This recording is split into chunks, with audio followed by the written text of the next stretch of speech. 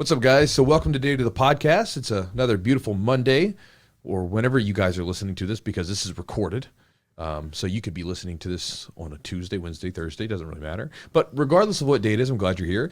Today we're going to talk about a subject that is near and dear to my large, big guy heart, which, again, all of the big guys and women, too. I see most of you guys, if you're in Jiu-Jitsu, you probably do. You're probably inundated with this already, where it's like we just say guys, okay, guys, that's right, what I'm gonna do today. Even in like the old jiu-jitsu like videos back in the day, okay, guys, what I'm gonna show you today, my friend. Anyway, so men and women, big strong men and women, then this episode will connect with you very early on. And for my smaller people out there, we get into some other stuff about building strength if you're not so big and strong, but also maybe giving you some ideas. If you are upset at any point in this episode, you shouldn't be. I'm just encouraging you forward. So we're here for you. We're here for you. So that's it, guys. Thank you for being here. Big thanks to our sponsor, Charlotte's Web, for helping make the podcast happen. They're one of our first sponsors. They've been here, and I love their friggin' products. They're the best. I love their products. Make good stuff. And again, I use it personally for helping me, basically supporting more restful sleep cycles personally, and I also use it to help deal with occasional anxiety. So again, if either one of those things is something that you guys deal with, that's something that you could check them out for. Again, for me, especially the sleep cycles part is important, because as a person who trains full-time, is in the gym all the time, I've got to be able to get good sleep. When I don't have good sleep, it wrecks me. It really does. It's like, and I'm sure some of you guys deal with it too. It's one of the things that definitely helps support my my sleep cycles. And so again, if you guys want to check their products out, you can go to charlottesweb.com, and then the promo code is Jiu-Jitsu20 to save 20% off. Again, just for the people that have been with us for a long time, the code used to be Jiu-Jitsu, and it was 15% off. It's now Jiu-Jitsu20, so it's 20% off. And so if you guys put that into the thing, Jiu-Jitsu won't work. You have to put in the Jiu-Jitsu20 to get the 20% off and to get the discount. So appreciate it if you guys get it, and I hope that it works for you like it has for many of the viewers of the podcast, or listeners to the podcast. Say viewers because we're doing this video thing, but most of you guys are listening to us through audio. Also, big thanks to Epic Roll. EpicRollBJJ.com is the website. Matt is a Jiu-Jitsu black belt who makes Jiu-Jitsu gear for Jiu-Jitsu people. Again, that's a big thing for me, because there's plenty of weird companies from other countries that just produce some weird junk, and then they try to sell it for super cheap. Matt is a jiu-jitsu practitioner, and so I like to support his stuff. I actually like his stuff. I love his shorts. I love his rash guards. Again, I was talking to one of the people today who sent me a question that I'm going to use for a video coming up, and he was like, I just wanted to mention, I love the shorts, because they're awesome. Dude. Yeah. So we had the jiu-jitsu order maybe like 6 months ago, and so. That's it, guys. If you want to check out his stuff, gis, rash guards, shorts, t-shirts. I think I said shirts already. Yep. Whatever. All that stuff. Any jiu-jitsu gear or merch that you're interested in, check them out at epicrollbjj.com. Promo code is jiu-jitsu for 15% off the order. And also thanks to our sponsor, Manscaped, the premier men's below-the-belt grooming company, which I think it's also gone elsewhere. They've got trimmers, razors, nose trimmers, colognes, lotions, balms. I mean, the whole deal. Anything related to men's grooming, you can find it on their website. Everything that I've used from them smells really good. Mm-hmm. And also all the products are high quality. I like the trimmer. I've used the nose trimmers. One of the crazy things, and I think this will, again, for any of the guys that are a bit older, and you probably understand this too, why is it that we start and I feel like this is like a comedian joke, right? We always say this joke, I think. The hair starts coming out in all the weird places. Yeah. The other day, I had an ear hair that was hanging off the side of my ear, and it was gnarly. It was almost as long as half my index finger. I was like, what the hell? I missed it for a week. It's great. Or something. I don't know. But so great. It's so great to pull those. I get them on my actual ear. Yeah, on the outside of the earlobe. But also get it on the ear itself. Inside? Cartilage, yeah, I've gotten a few there. Oh, man.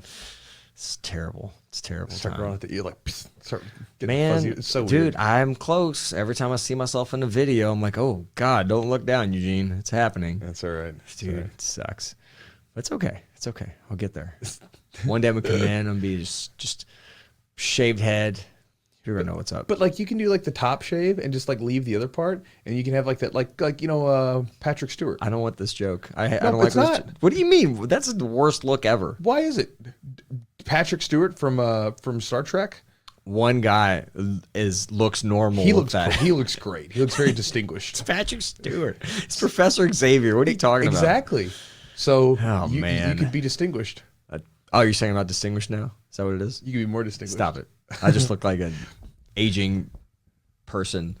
Like the rest of us. Yeah, well. But guys, seriously, if you are in the market for yourself or for a man in your life, if you'd like to get them some really nice products for their grooming or care, check them out at manscaped.com. Promo code is Jiu-Jitsu20 for 20% off the order, and you get free shipping. It's a good deal.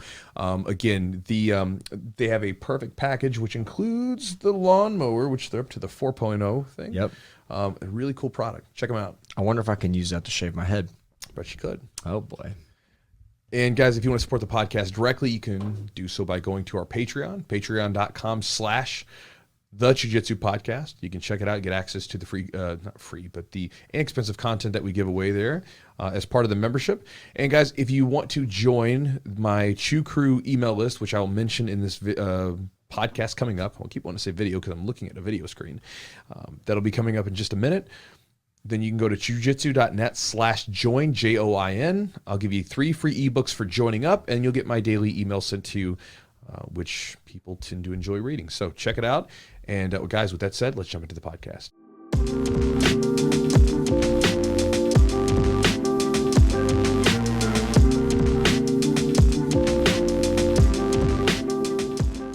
What's up, guys? So today on the podcast, we're going to talk about some of the worst advice that you could give to a big, strong person. This is based off one of my emails. So if you guys are a Chew Crew subscriber, then obviously you'll have read this prior. We're going to go into a few more details about it. But it's the worst advice that I think you can give to a big guy, which if you're a big guy, a big, strong person, and I use the word guy a lot of times, meaning like everyone, right? Like when you go to a jiu-jitsu class, it's like, hey guys, like here's the move we're going to do today. And you might have a half women class, right? You say guys. But if you're a jiu-jitsu person and you're big and strong, you're going to be nodding your head in a second, I bet. Yep. Which is, here's the worst advice. You ready for it? Going up to someone who's big and strong and telling them, don't use your strength, use technique. And then that a lot of times goes into people being like criticized. You're just being strong. You're just using strength or whatever. And again, if you're a big person, strong person, you know, basically 200 plus, you've probably heard this before, and it's obnoxious. And it's typically not very good advice. Now, someone is watching or listening to this right now. You might be watching on YouTube, and you have had the pleasure of rolling with a, 200 plus pound spazzy white belt, and you're like, no, Chew, you're wrong on this one. That's right. Follow me for a second, okay? So check this out. When you think about strength and you tell someone not to use it, it doesn't change the fact that it's still there. This reminds me a lot of times the way that people like deal with emotions, right? We're taught from a very young age about how to bottle up our emotions. And, I remember being a kid and, granted, when we were kids, we used to scrap a little bit more. It was kind of okay, but now it's like everything's like, use your words, don't be aggressive, whatever. And so people bottle this stuff up and they never learn how to they don't learn how to give themselves an outlet for some of their emotions, and they bottle them up. And as they become adults, then it starts to do all kinds of crazy stuff where these people explode. They lash out at their family members, their children, whatever. They get into road rage, accidents, all sorts of different stuff. And so that's a problem. So people are told, to bottle up your emotions. You could be fuming with anger because something wrong was done to you, but instead of dealing with it, you're just told to just bottle it up. And if it's not, explicitly told to you, it's more of in a subtle, sort of unwritten way. Well, or you're basically being punished for if you. Yeah, right. Yeah, if you express them exactly. If you're like in a workplace and your boss like screws you over, and they're in the wrong, you can't say anything about it, right? So you could, but you might lose your job, and that might be a not so positive outcome of the situation. But nonetheless, you bottle this stuff up, and then it goes south. Well, it's the same thing, right? With jiu-jitsu, you can tell someone, "Oh, don't use your strength." It doesn't change the fact that they're still strong, right? And again, we'll get back to it, but at what point is the person too strong, or at what point does the person have too much strength for jiu-jitsu? If you're going to say that, I mean, like, at what point do you start basically saying if you're 185 pounds or up, then you're in the strong person category? Or do you say like, hey, like if you can bench press and squat and deadlift or whatever it is, whatever arbitrary thing, you have exceptional strength and you need to be careful. Nobody knows.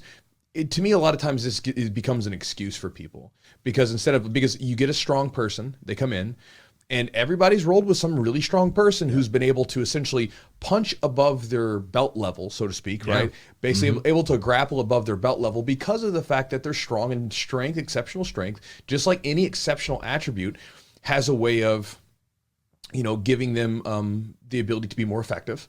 And it frustrates people because they'll have some guy or woman who is not at the same level as them, and then they're not able to do anything with them because they're strong.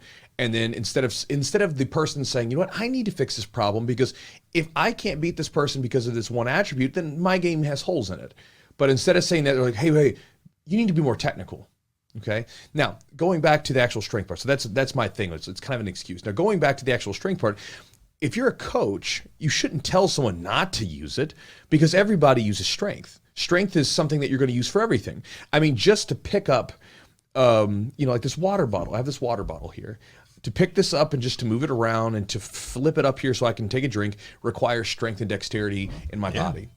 If I was to give this to a 2-year-old, they would fumble around and drop it probably, right? They just wouldn't have the strength and dexterity. So you're going to develop strength no matter what, even with techniques. A lot of times, what ends up making people's techniques better is because they develop the strength in these weird muscles that are required to make these techniques happen, right? Because a lot of times it's these muscles, if you've done jiu-jitsu classes, if you can still remember this, your very first day of jiu-jitsu, you come in and you have all these weird pains and soreness in places you've never used before. And so you develop strength in those areas. We a lot of times call that grappler strength, where you can have some guy who's just scrawny looking and then you lock up with him. You're like, holy crap, this dude's strong. Yeah. Because they develop the musculature in those areas. And so again, everybody uses strength on some level. So to tell someone to not use it, it's like, well, that's not right, because we have to use it. We're going to use it regardless. Instead, I think a better way of coming about it with a coach is saying, okay, here's how we're going to use the strength in a technical fashion, and giving them guidance to do that, to teach them how to use it at the right times, when to back off of it so that it's not dangerous, because you don't want to be like hurting people and injuring them because you're squeezing and wrenching their neck at the wrong times or yanking an arm bar too fast, whatever. But also showing them how to use it at the right times, so this way it can become an effective tool for them. And I think that's the important part, because what's going to happen is if you don't teach this person how to use their strength properly, here's a couple ways this can go. One is that this person, and this is the reason actually why I wrote this email, is because I talked to a friend of mine the other day and I was rolling with him and he's just visiting the gym. I was like, bro, put some pressure on me. Like he's a big dude, he's a big swole dude, right? I'm like, put some pressure on me. We kind of talking and he kind of got in the, don't be so strong all the time, but he was a freaking heavy duty power lifter. I'm like, yeah, put some damn strength on. I was like, you're 215 pounds, bro. I should feel you squeezing me. And then I've had other guys come into the gym who became our students, who were like this, like Big Rich, who's like, rolling with him now, if he gets in top side control or mount, it like makes me question life. Like, the dude's like, he's probably stronger now too. He's stronger now, but he also knows how to use his weight. Yeah. Because when he first came in, he'd been at a gym where he's rolling with the guys that were like all small dudes. And like everybody would yell at him for like using his strength. Yeah. And so he never could tap into it. So he was this big guy. And then when he'd go to competitions, it's not like his competitors who are the same size as him are not going to use their strength. Right. They go after him. So he had to tap into that. And so he's gotten better at that now. It's a very different situation, and he knows how to use his weight. And so there's that. And then the other one, which kind of goes back to the emotion analogy, right, is basically, okay, the strength's still there. The exceptional strength is still there. You told them not to use it. So what's going to happen is in the middle of some roll where they get into a scramble and they lose control of their conscious effort to not use it, it's just going to come out. And it ends up coming out in the wrong places, leads to injuries because they just grab onto something, they yank on something, and it goes bad. It goes south. And so neither one of those scenarios is ideal. You're either hindering someone's progress or you're not preparing someone to use this weapon. It's like the X-Men or something. It's like having this, Professor X.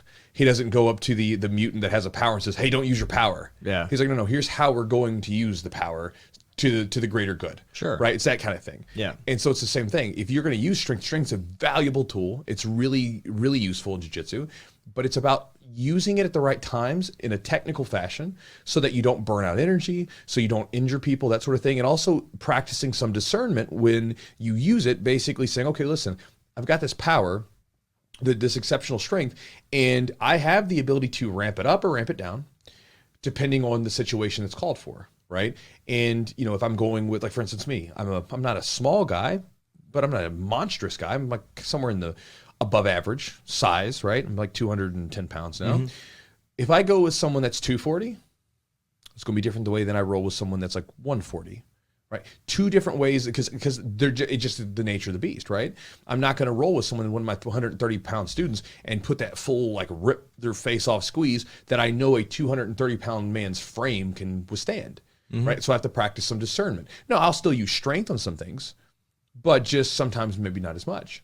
You know, now if I'm rolling with a guy who's better than me and is a bit smaller, I might use a little extra because I have to catch up for the skill difference. But at the same time, I'm still not going to come at them like I would a 240 pound man, just because, you know, I just know their body's not going to be able to withstand that. And again, that's just being able to turn the dial down for the situation, right? So if you're listening to music, right? Let's say if you're getting ready to go to work, I like to work in my office to some music playing in the background, right?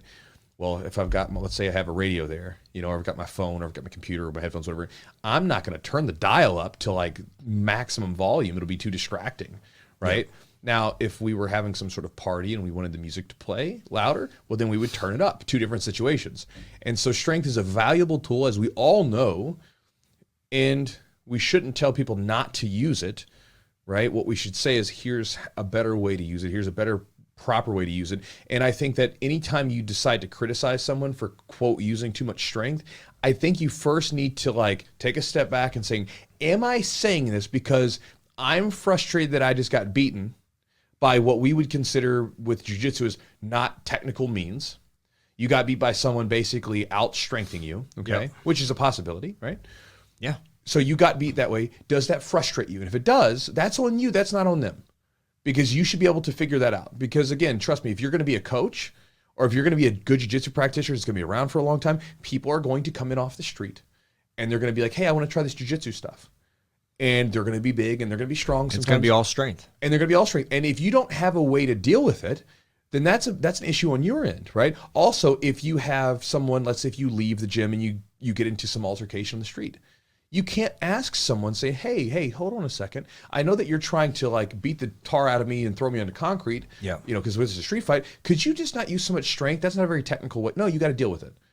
And again, I'm not saying to do so within the means of being injured, because there are times where, you know, injuries and stuff like that. And if you're, you know, a bit older, or if you're a bit smaller and you have a person that's like hell on wheels and they're like literally just flopping everywhere, injuring people, totally understand that. That's a risk of injury. But if, let's say, like, for instance, I did a video on this recently where there was a guy who was a blue belt and was pinning people. He was getting to side control and basically squeezing them. And then he was very conservative with his efforts to go for a submission, and he would just hold them down and they couldn't move. Now, the guy that sent me the question was a higher belt, and he was saying, hey, how should I talk to this guy about, like, easing up? And I told him, no, don't talk to him. Talk to the people, because he said everybody was getting mad at him. I was like, talk to the people that are getting pinned and that are getting angry, and tell them to fix their problem. Help them out. Because it's not his problem. If a guy's really good at pinning you, you know, people say, oh, but he's not doing jiu-jitsu. Bullshit, he's not. He's pinning you. But here's you got to learn how to do it. Here's my question to that. If that's all you do, you're a guy or a girl or whoever that's really good at that specific movement technique, and that's all you do. Right. Coming at it from a way of like, hey, let's improve your game, or maybe the evolution of their game is going to be staggered. Of course it will, 100%. But right now, the more pressing issue in my eyes is you can't escape.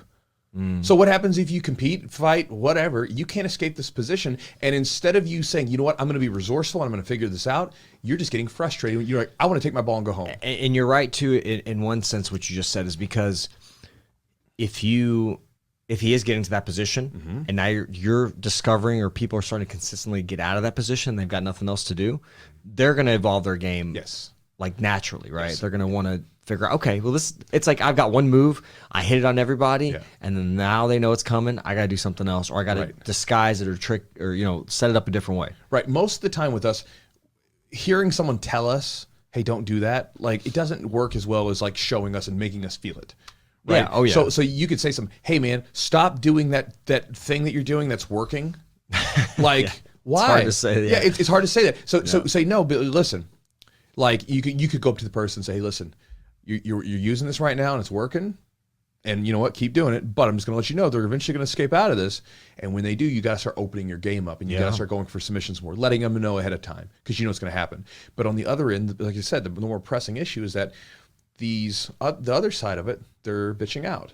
And I'm not trying to be mean to people. It's just one of those things where, I mean, again, jiu-jitsu is about being uncomfortable. It's about being comfortable with uncomfortable situations at its core. It's one of the first things we have to do. You come in and you're getting smashed by someone.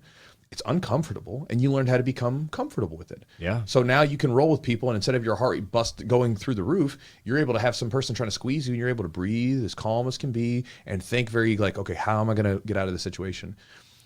But again, people sometimes lose their stomach for that discomfort, and so when people get to a certain point, they don't like losing. And again, that can be like the kiss of death of jiu-jitsu. Yeah. Do you see coaches do that? Like, oh yeah, that coaches tell. I can see a coach telling a student not to use their strength, quotation marks, or to control how much they use their strength if it's like an injury, an injury kind of waiting to happen, or even say, hey, listen, you were squeezing. Like I've had this before. I've had a guy like grabbing onto stuff, right? Yeah. And then I'll even like stop for a second. I'll stop moving, and they're still clenched up. And I'm like, hey, relax. I'm like, why are you grabbing what you're grabbing? And they'll say, I don't know. I'm like, there's no reason to grab that hard right now. We don't need to fight this hard. I was like you can hold a pencil like this, barely in the fingertips, or I can clench it. Either way, I'm still holding it. Yeah. But there's no reason to squeeze onto something that hard yet. But then like when we're rolling later on, like they had me in a position and they had like a good like head position and they weren't squeezing hard enough. I was like, no, this is the time to squeeze now, because now you can use this to pin my upper body and this will make the passing easier. Yeah. Yeah. Right. So again, giving them some direction when they're supposed to use that strength is valuable. Doing it excessively is just a terrible idea. But again, we have to deal with it. So going back to it, it's just a bad idea. It's one of these things. You're not going to tell someone not to be flexible. Hey, don't use your flexibility. Or if someone's really quick. Or don't use your speed. Right. Don't use your speed. Hey, you've got a really good cardiovascular system. Please stop moving so much. No, we're not going to say that. But with strength, it always gets the rub, because one, we have the mythology that strength doesn't matter in jiu-jitsu, which is complete hogwash. Two is that it's one of those situations where it's really effective. And if you don't know how to deal with it, it's very frustrating. And people, again, because they have that first part of it's, technique, strength, whatever, you can always fall back on that. It creates this issue where you don't have to figure it out. You can say, well, I can just, you're not using technique, so I don't even have to do this. Mm-hmm. It's like, no, you need to figure it out. And so those are some issues, and so again, don't tell people not to use it. Just say, hey, here's how you use this properly. And again, when you do get frustrated, maybe there's a real reason to be frustrated, because maybe the person was doing something that was dangerous, that could have possibly injured you. Or we talked about situations where there's certain techniques maybe you don't use at the gym that you would at a tournament, right? Yeah. Or during maybe like a can opener or something. Like, if you're at a tournament, go for it, right? But at the gym, it's probably not. You could hurt somebody's neck. And it's not worth it. I mean, you can do it so let's say if you're getting ready for competition training, knock it out. Do your can opener or whatever, because people need to experience it. Yeah, I'm just Yeah, but let's say for instance, let's say you're going with like a 50-year-old dude, right? 50 years old, a little bit older, probably just rolling the kind of whatever, and you go in there and you try to wrench his neck off with a neck crank. Yeah. Bad form. It's like, look, it's like the guy's he's a little bit older, whatever. Now there could be some old gangster 50-year-old dude who's like coming at you doing the same thing, then game on, right? But but typically you just kind of you gotta. It's like I've said this so many times. It's like dancing with a person, right? You're not gonna go up with some random stranger and just like start dancing with them and grab their butt or something. I mean, maybe you would, but you're probably going to like ease into it and find a comfort zone with one another. And a lot of times with rolling, we find a comfort zone with each other. We push each other to a certain point, but a lot of times you'll feel that certain people lack. Just the way it is. You'll find that some people can go really, really hard and some people can't. Some people, they just don't go that hard. And so you find a rhythm with those people. I think that like a really valuable skill to develop in jiu-jitsu is to have gears, to be able to roll with someone at any skill level. I mean, it takes time to do that, but it's a really cool thing to be able to do. But going back to it again, the big thing is that just to get people to think about this is when something frustrates you, before you start going crazy and letting your emotions take hold because you got frustrated, take a breath, take a step back. And you actually have to ask yourself, why am I frustrated? Why am I frustrated? Because again, I was a coach at one point, and there were times where, unfortunately, when I was younger, I would get frustrated and I would let my emotions get ahead of me, and I might say something very similar, like, "Hey, stop using so much strength, bro." Like, well, wait a second. Of course he's going to use strength. Like, my skill is much further than his. Of course he's going to. I have to figure out a way to, one, direct him and do the right things, and also to stop his ability to use his strength in the way that disrupted mine, right? And then I can use that to mold him. Like, we had like wrestlers come in, like Tim. I remember Tim, yeah. Tim was a monster. It's tough. And Tim would do the same thing. He'd pin people, and people would get frustrated. But like with me, I could escape Tim's side control. And it was good because it's a beautiful thing because, like, again, I can be held down, but you can try to hold me down. I'm really hard to hold in side control. But that came from years of not going, getting upset. So you get upset about it. But anyway, going back to it, have to ask yourself first, why are you frustrated? And if it's something because it was dangerous, then yeah, that's maybe something to talk to the person about in a calm manner, right? Like, hey man, can you just watch out for my neck or whatever? Or hey, don't put your chin in there, or finger there, whatever. But on the flip side, if you're frustrated just because that person beat you, then that's your problem. That's not theirs, and you need to fix that part. And by a lot of times what you'll find is by you fixing your stuff and basically getting the better of those people, it forces them to have to make their games more technical because the strength just doesn't work. And they'll learn how to have to use it better. And again, if you're a coach, then you can always sort of put a higher belt, you can give them some direction on how to use it. Right, and that's what I'm getting at. How do you, so if you see somebody really, like a newer practitioner coming in, they're using a lot of strength, which you expect them to, but how do you hone that in instead of telling them not to use it? How do you try to advise like a white belt to start to, like, maybe, hey, I need you to use this strength, but it needs to be in a controlled manner in a way that's safe? Like, what do you like to, how do you like to implement that? So here's an example. Recently, we got a guy who's been in the gym for a bit now. Within the last year, guy named he's a purple belt. Guy named Emilio. Yeah, specimen. I'll roll with him. Yeah. You ever rolled? Yeah, I rolled with him. Super jacked, right? I don't think he was even like, we were kind of like moving. Yeah, but so super jacked.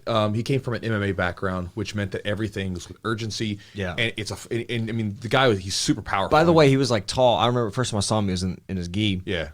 And then I saw him he was changing, came out while we were training or something. I was like, what? Yeah. What? He's jacked. Yeah. It's like, what the hell, dude? Well, and so it's not just that he's athletic. So like he can do like the parkour stuff. He was in their morning class one day and he's like running up the wall, like flipping upside down and stuff. So powerful dude, super powerful dude, and fought MMA.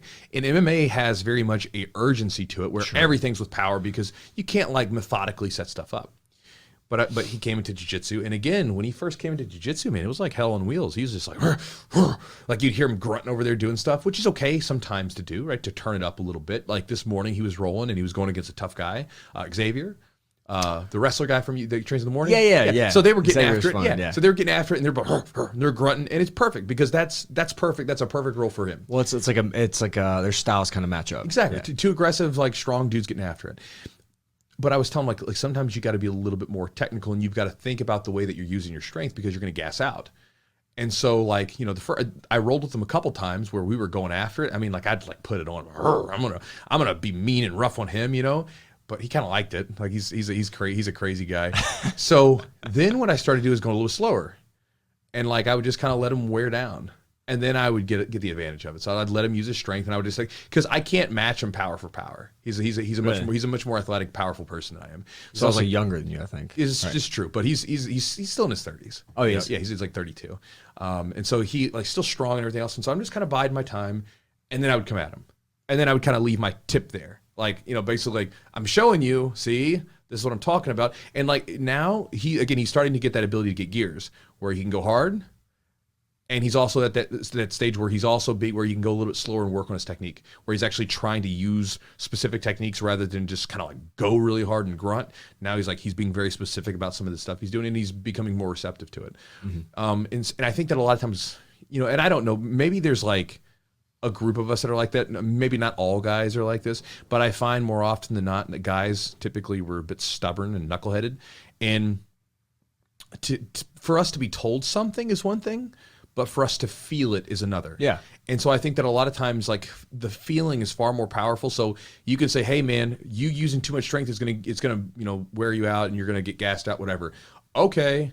But if you're winning, then like, right. Whatever, right? I'm just not using, now you're telling me not to use all my tools. Right, exactly. But then if you basically make them feel like, oh, I'm wore out from trying to do this, that's more powerful. And so for me as a coach, usually I try to, like, let's say for instance, if some guy's doing a headlock, this is one of those ones where, you know, people like want to hang on the head. It's a natural thing. Yeah. If they're hanging on the head, I'll tell them, hey, be careful with that. You're going to get your back taken. That usually doesn't do it. What does it is if people like me start taking their back and choking them, they stop hanging on the head. Like, they stop doing a headlock. And so the feeling is so much more powerful. Like, to actually feel something, so much more powerful. And so I think that, you know, because again, it's almost like a reward thing, right? You know, let's say, for instance, if you're squeezing someone in side control and you're pinning them and using your strength and you're winning, there's a positive outcome. Yeah. Well, when I use it, I feel good. I do the right thing. So then you're telling me not to do that? Psh, I'm not going to do that. And so then if they start doing that thing and there's a negative outcome where they start getting like underhooked, escaped, or some person starts sweeping, whatever, well, then they're going to say, ooh, I need to change something. Because this is how humans work, right? Like, you know, someone say, hey, little Eugene, don't touch the hot stove. Why not? Because it's hot. Don't touch it. I don't know what hot even feels like. It's hot. It burns. Okay, I'm not going to touch a hot stove anymore. Yeah, you got to feel it. It's just different. That's how we explore things out. And so I think that it's more powerful to bring those mistakes out and show why they're bad rather than telling people to do them. You know? Yeah, I think it's a more powerful tool. Do you think people still the philosophy of Jiu-Jitsu originally, or Brazilian Jiu-Jitsu as we learned it? I remember seeing the commercial of like the little guy, you know, walking in and with his girlfriend, and this bigger dude takes him and like, you want to learn, you know, how to defend yourself and blah, blah, blah. And you're a little smaller person. And then you see the smaller person, you know, learn Jiu-Jitsu, and then they take care of the bigger person. And that was like what Jiu-Jitsu was built on. That's when people like, hey, you don't know Jiu-Jitsu at all. And a lot of times we see it as even though you're athletic or strong, if someone's got decent technique and you have no Jiu-Jitsu background, you're probably going to get, you know, you're still going to get handled. Yeah, sure. But not when the other person knows Jiu-Jitsu. Then strength becomes really a huge asset. Can be. I mean, 100%. I think it's one of those attributes that, I mean, like you said, you're not going to tell people not to use their flexibility or their. It's just a more. It's not an attribute. I don't know how to say it. Like, if it's not something. Not everybody's flexible either, but it's just, I don't know. There's like a stigma. There's a stigma because of our philosophy. Yeah, and the philosophy was the smaller person with the technique is going to beat the stronger person. Right. That works. So therefore, we have this negative view of strength as if it's like a bad thing. Yeah. Because we're supposed to. It's the sport for the little guy. Not anymore. And it never was. Well, it is really. You know, it's a sport for everybody. But like, if you're. Well, I don't know if it's for everybody. Well, everybody. I think anybody can do it. I think anybody can be good at it, but mentally, it's not for everybody. Well, and usually, more often than not, the bigger person tends to be the strong. Not always, but the bigger person tends to be the stronger person. Yep. And so you see that in an open class. A lot of times, the bigger person wins. And that's not always the ultra heavyweight, but it's somebody at the top, maybe a middle, light heavy, whatever. Yeah. It's not usually, unless it's like Mikey Musumeci, you know, right. And he still has, you know, against the bigger black belts has a hard time, as he should. There's exceptions, yeah. Like, I mean, like typically you're going to have, like, when you look at like the like, say IBJJF as an example, when you look at the people that win the opens, it's typically people that are like middle heavy and up. Not always, but typically. You know, like Mason Fowler's down at the Brasileiro competing. Yeah, he won. And you see a big guy he went up against? Yeah. Huge dude. And they beat him. But again, like, you know, Mason's not a small dude either. No. He's not a massive guy, but he's got enough strength to get the job done, and then he has speed and athleticism and technique as well. He's got a lot of technique to go with that. And so it's all about that. Again, it's one of those things where, you know, you're using whatever tools you have when you roll or when you compete or whatever. And again, strength is just one of those. And you can definitely outdo strength with speed and finesse and everything else. But the issue is that you won't learn how to do that if you don't deal with it. Mm-hmm. And then again, likewise, the person that has the strength, they're not going to learn how to properly use it if they're told to not use it. Again, it's just because you're afraid of it, or because it frustrates you doesn't mean you need to demonize it. Right. And I mean, I guess maybe there's not necessarily a ceiling to how valuable strength is, but there is at a point where, it's not like you can obviously overcome it. Of course. You have those combination of things, like there's those attributes like athleticism, flexibility, cardio. I mean, there's a lot of aspects there. Let me ask you this question. I was kind of writing some notes down. So like, say we create, like, in the game, you create a fighter kind of thing. So let's say some attributes. You've got flexibility, strength, speed, cardio, maybe athleticism could be one. What are like some of the most important ones? Athleticism, I think, encompasses a couple. Well, I think athleticism is kind of. So let's just say flexibility, strength, speed. I think when you think of like athleticism, I think you're thinking almost like a mixture of like flexibility, power, and like power, especially because like when you think of someone that's athletic, they can just like spring up for like a jump, and that's more of a power thing, right? Yeah, or power. I guess power is a part of it. Because power and strength are a little bit different, right? Yep. Because like power is where we have that contractile force in our muscles really quickly, whereas strength is more of like more of a hold type thing. Yeah. What would you think is like, if maybe pick one or two as like the most? I honestly tell you one. If I was doing two. Create a Chewy. We're doing create a Chewy. Cardio would be number one. Yep, I agree. Because the person that can keep moving typically wins, and then strength would be afterwards. So like strength would be a number two for me, because if you give me strength, and again, assuming that this person has a like average on the other things, I don't want to get a guy who's like his muscles are so rigid that he's about to break. Yeah. Like he's about to tear a hamstring just walking. But assuming that he has average attributes in the other places, I would take cardio first. And then I would take strength right afterwards. Yeah. Because I think strength and cardio is a nasty, nasty combination. Yeah. And I think cardio and speed are kind of close together. Well, not necessarily, but like if you have cardio. Quickness, yeah. But I agree with cardio, though, because cardio, I mean, if you're tired, if you're fatigued, worn out, and you're going against maybe someone that's not as skilled as you, and they can still keep up the same pace, it's a problem. Because then things that you wouldn't let slide are going to start to happen. I'm going to build my frame well, or I'm not going to get on my back. Well, now you're flat on your back because you're fatigued. Certain things. And sometimes when you're fatigued, you kind of give. You can give up. You can mentally give up. Kind of, yeah. Hell yeah, you do. I mean, like if you don't have some people fatigue and they're still like fighting like hell. If you have the ability to deal with it. Yeah. If you've been there before. Yep. If you've been to those deep waters before and you know how to like turn your brain off a little bit and just keep going, you can deal with it. People like, I think that when people have breaks, like say they take an extended break in jiu-jitsu, I think a lot of times, you lose some of that cardio, because if you're not rolling, it's really hard to replicate that pace. Even though if you run or do other stuff, you can't quite replicate the combination of the contractile strength and the pulling and the grasping and the movement. You can't replicate that by yourself through like running or sprinting or aerodyne or something like that. And then the timing kind of is off a little bit. Think about like a car. So like, let's say if you get a car where where it needs a tune-up, right? Like it's not firing properly. So like when it does that, a lot of times it becomes less efficient with gas. Sure. Because it's not firing properly. Well, when you go away from when you stop training for a while, and those neuromuscular connections kind of they get a little bit more foggy, so to speak. Like your body's not using them constantly, so therefore they're not kind of at the front and center of what's going on. Well, then when you come back, you're going to like be able to see what you should be doing, but then those neuromuscular connections, like they're not firing as properly, so you're off. And what ends up happening is like you need a tune-up because you're off, and so you're trying to use these movements that you haven't used in a while, and it's more exhausting to use them because now you're a half second off, which means if you're a half second off, then you're playing catch up the whole time, and so that's an issue. And so a lot of times after a few weeks, if you've been gone for a little bit but you stayed in shape, after a few weeks you'll be fine. Sure, absolutely. But if you like don't do anything, that's a problem, because if you keep your cardio in decent shape, when you come back, you'll be able to kind of get back to jiu-jitsu pretty well. But if you don't stay in shape, then you're having to get your cardiovascular system back up, plus your timing back. All right, so I got a good question for you here. You're someone that comes into jiu-jitsu. You're one of the weakest people on the mat, right?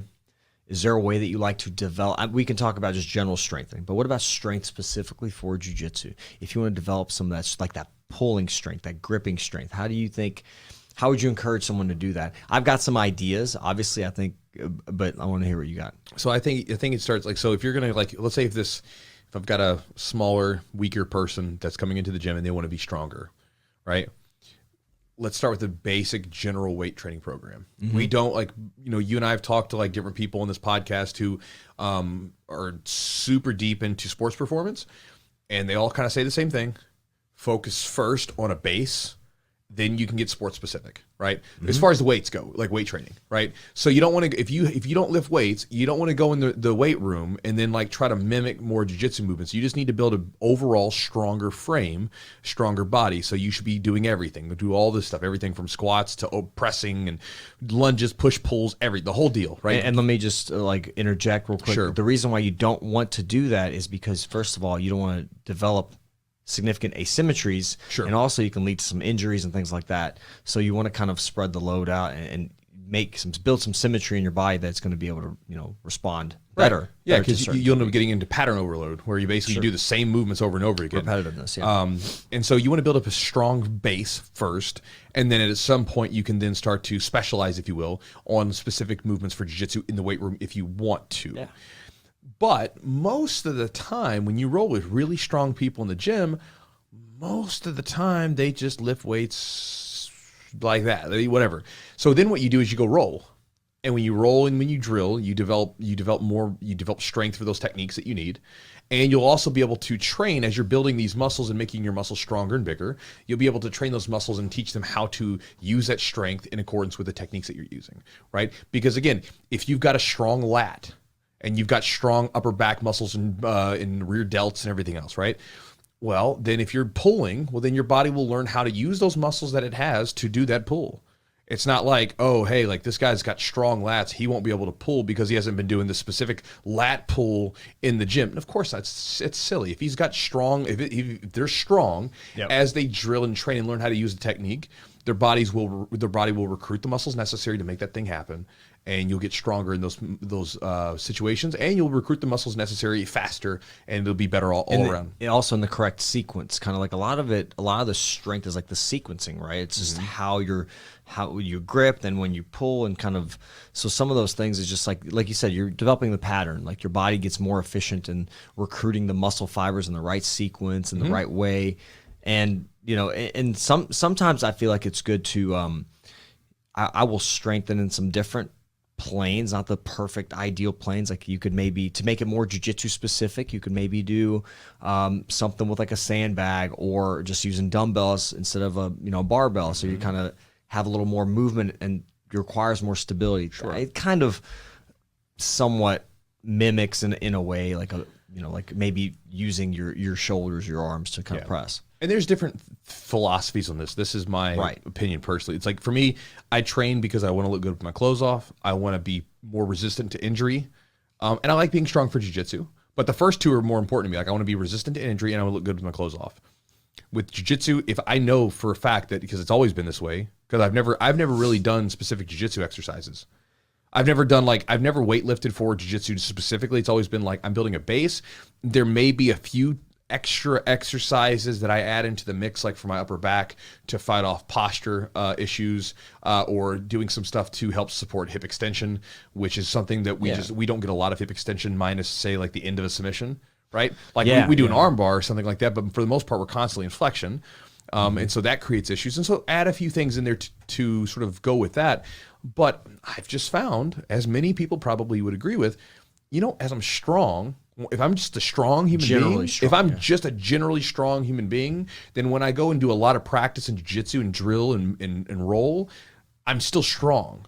And I learn how to use that strength for jiu-jitsu. Now, if you are an athlete, if you're a hardcore competitor, and you've already got a really good strong base on you, well then sure, then you can maybe get a specific program dedicated to specifically jiu-jitsu, right?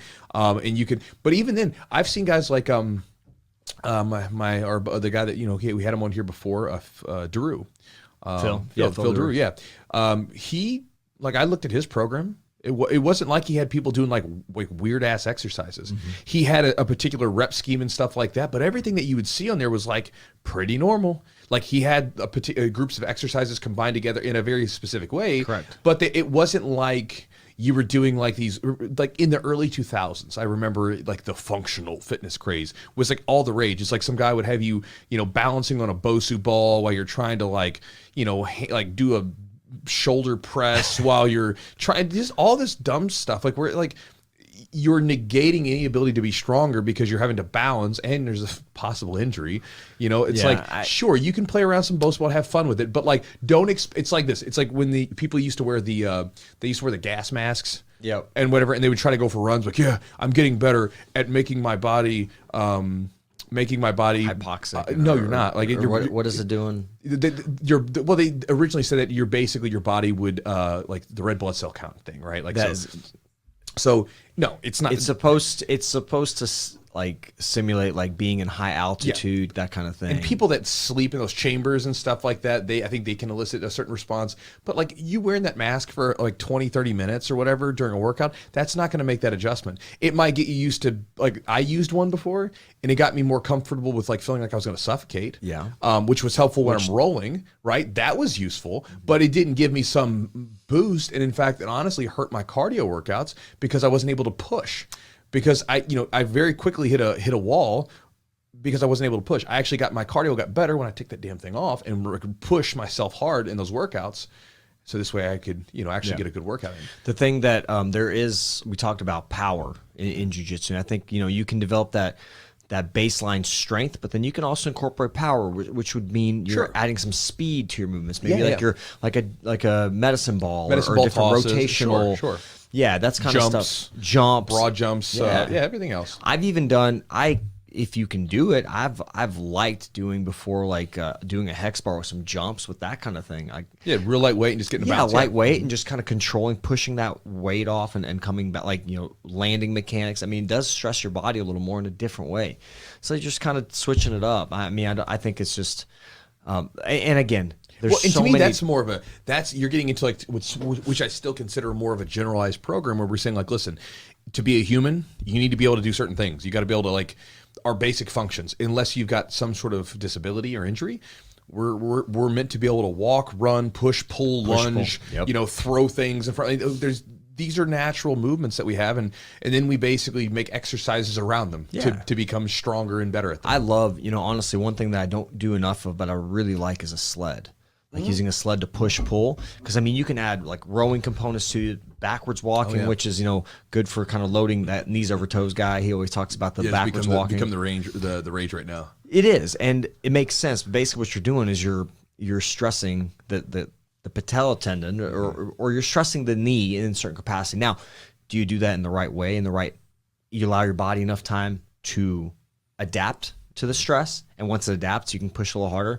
I think that's the key. I think it's important. It's good what he's doing, because we get in a lot of these, knees over toes positions. Don't ever have your knees going. Well, you're not gonna be able to get into a full squat if you can't do that. Number one, and number two, we get in that position all the time in jiu-jitsu, whether it's like going for a takedown, a lot of passing, or or like a a knee slice type position. You're there, so you got to be able to get there. Can you get there in a controlled way and safe? I'm not saying put 500 pounds on your back and get in that position, but that stuff is all good if you can do it in a way that's controlled and your body adapts to. Like you talked about that, like Phil's program.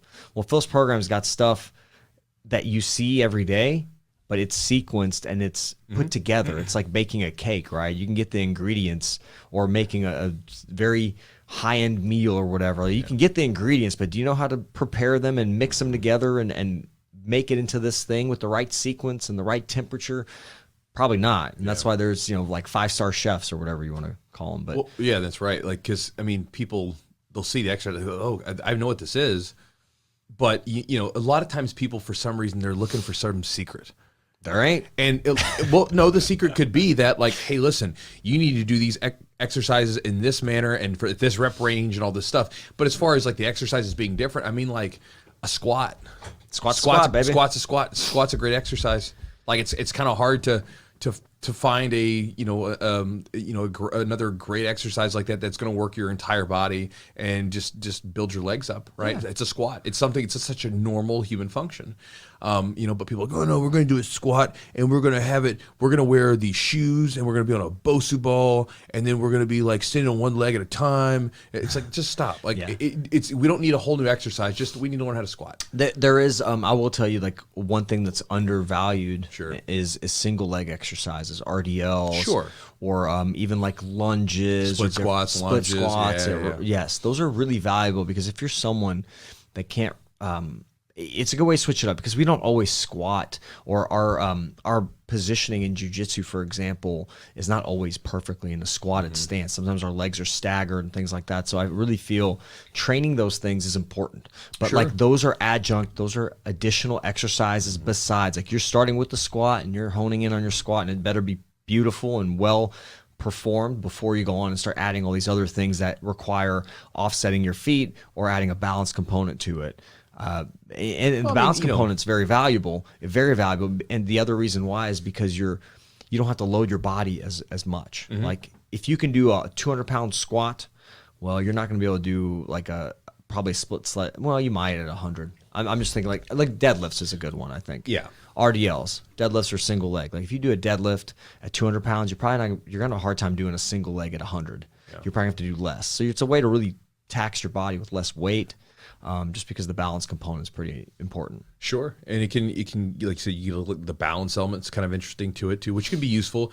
And I'm sort of picking on the balls stuff. No, the balls okay, but it shouldn't be your bread and butter. It should not be your like start with this. Yeah. No, get your regular squat down pat. It can also help you find weaknesses. So like some people, like if you do an exercise where you're using both arms, both legs, whatever, you'll naturally find you have a dominance in one. And so by doing the single leg, sometimes you can sort of help bring up a particular area. Yeah, and asymmetry.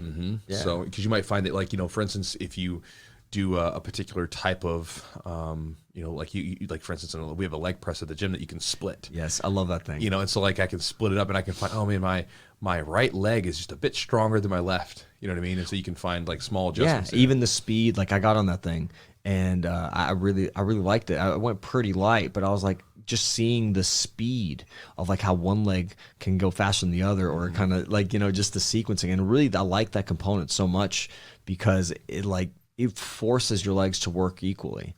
It forces both sides to kind of, I think it's good for your brain too, to kind of figure that out, how that works. Because it's hard to do that. That kind of simulate squatting on an unstable or a little bit unlevel surface, I think, which I think there's value to it. But again, I'm not going to put somebody on that the very first time they do a leg press. Like you're going to use both legs same lock time. Them together first. Right, lock it together. Yeah, I love that thing. There's all kinds of ways to stimulate the body. You know what I mean? But in the beginning, you stick to it's the basics. I mean, it's the basics, and they've been like that for a long time because they work.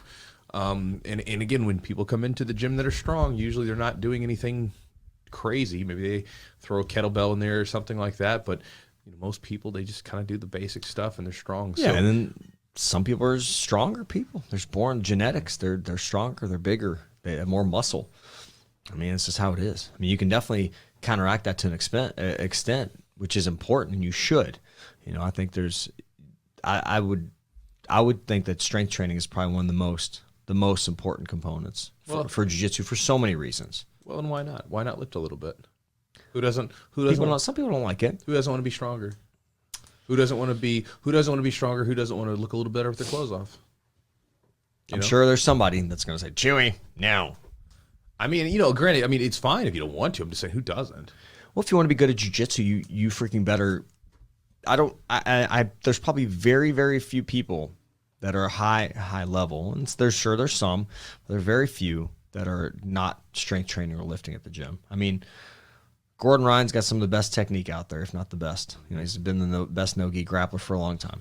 That dude lifts weights. You know what I'm saying? He's jacked. He lifts weights. And would he be as good if he didn't lift? Well, maybe not. But he's definitely better because he lifts. And I mean, there's plenty of the smaller guys too that aren't super jacked that still lift weights and stuff like that. And it is what it is. It's like there's nothing wrong with it. And some guys do a little bit more sport specific stuff, especially the high level competitors. You should. But it's just one of those things where if you're not like a higher level competitor, your best bet is to be best served by doing a more basic program that incorporates building a strong base first.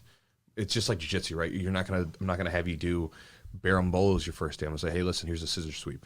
Sure. Here's how to do a guard pass. Let's focus on this stuff first. Then we'll worry about all that fancy stuff. Yeah. And the thing with the high level competitors, the fancy stuff, is that they do the basics too. That they have more time. They do the basics, and they have days where they don't do the basics, and they do some of this high end specific work. But the basics are there, and they just have more time. And I think they can. When you have more time, you can definitely allot some time to doing some of those specific jiu-jitsu, drills and techniques. I think there's value to it, especially at a high level. All right. So thank you for joining us today. I hope you guys enjoyed it. Hope you got something from it, maybe an idea to chew on. And if nothing else, maybe I just consoled a bunch of people that were bigger and stronger. And that are tired of getting ragged on by the people in their gym. Mm-hmm. It's all right. We all feel it. There's always that person that is big and strong, and you're like, damn, you're punching above your pay grade there. You are really making it hard for me. Stop it. Stop it. That's what she said. Oh, are we resetting that? No, we keep that going. Keep it rolling. Keep it rolling, right? This is what they get. This is the bonus end credits. We should have like the credits running. Did you ever? You've seen Anchorman? What's wrong with have you seen? She said joke. What's wrong with that? Nothing. I love it. That's from The Office. It's my favorite. What's that? The Office. He would do. That's what she said all the time. Is that where it's from? I don't know if that's where it originated, but he would do that in that show. Steve Carell, one of my favorites. But yeah, it's a good joke. Good job. What were we talking about? I just forgot. I don't know. I can give you another one. Here's one for you. Another? That's so. What do you call a teacher that doesn't like to fart in public? I don't know. A private tutor. Nope. Nope. That was good. That was good, but it didn't get a chuckle out of me. Speaking of teachers, I was reading the statistic the other day.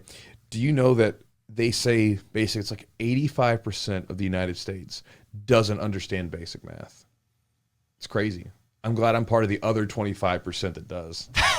Come on. That's a good one. I don't know. No, you get sometimes you'll get people because they won't think of the percentage. And like, it's off. The percentage is off. Yeah, that's the joke. That means that I don't get math. I get it.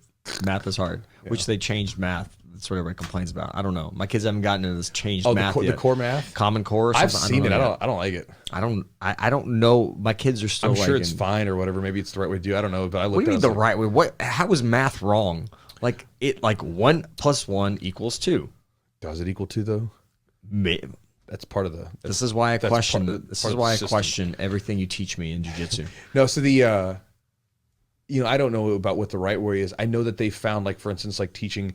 I was listening to a linguist talk about like the way that you teach people, like reading. Okay. That they're like 2 different types, and I'm butchering this, but basically was saying like, for some people they learn almost like memorizing words because they read more or whatever. Correct. And then people that don't read as much, they have to learn how to sound things out like phonetically a little bit more. And so he was talking about like his whole premise was in this book was talking about like fighting against like poverty and things like that. And he's like, well, then we need to teach reading in this particular way because it's easier for people who don't have access to as many books or are coming from homes that don't have reading as a bigger part.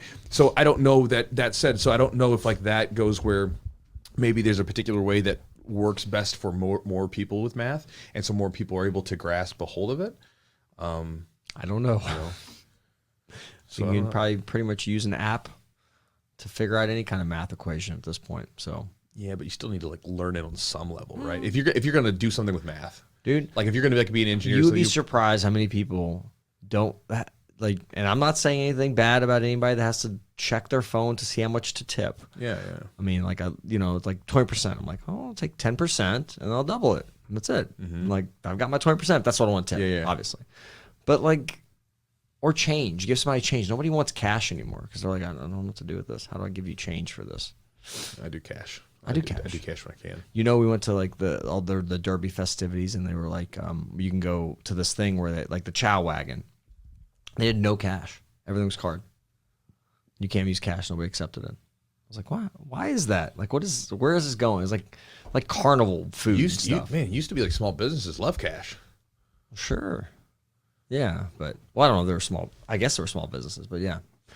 I don't know. I think you try to, if it's like one of those events, it makes it, I guess, maybe more secure. Probably faster. Legitimizes. I mean, if nothing else, it's faster. Like, especially now I got the car where you can just tap it. Yeah, I've got one of those. I just tap stuff now and it just pays. I'm like, that seems... You can do it with your phone. Yeah. Or not your phone. I said phone, but your like smartwatch. Yeah, which sounds really bad. Like, it seems like someone could just bump into me with some gadget and just take my stuff. Dude, I have gone to the store before. I forgot my wallet and I paid with my phone.